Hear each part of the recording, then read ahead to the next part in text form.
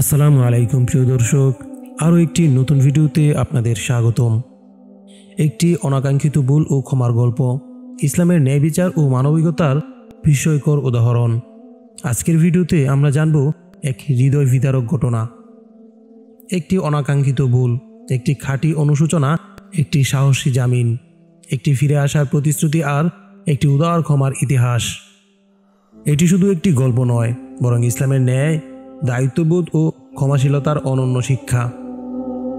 একদিন মদিনায় ঘটে গেল এক অদ্ভুত ঘটনা। দুই ব্যক্তি টেনে হিঁচড়ে এক যুবককে নিয়ে এলেন ইসলামের দ্বিতীয় খলিফা হযরত উমর রাদিয়াল্লাহু তাআলা আনহু এর দরবারে। তারা অভিযোগ করলেন, হে আমিরুল মুমিনিন, এই যুবক আমাদের বাবাকে হত্যা করেছে, আমরা ন্যায় বিচার চাই। খলিফা হযরত উমর রাদিয়াল্লাহু তাআলা আনহু যুবককে জিজ্ঞেস করলেন, তুমি কি এই অভিযোগ স্বীকার করো? যুবক শান্তভাবে মাথা নিচু করে বলল, হ্যাঁ, অভিযোগ সত্য, তবে ঘটনা জানার পর হয়তো বুঝতে পারবেন এটা কতটা অনাকাঙ্ক্ষিত ছিল।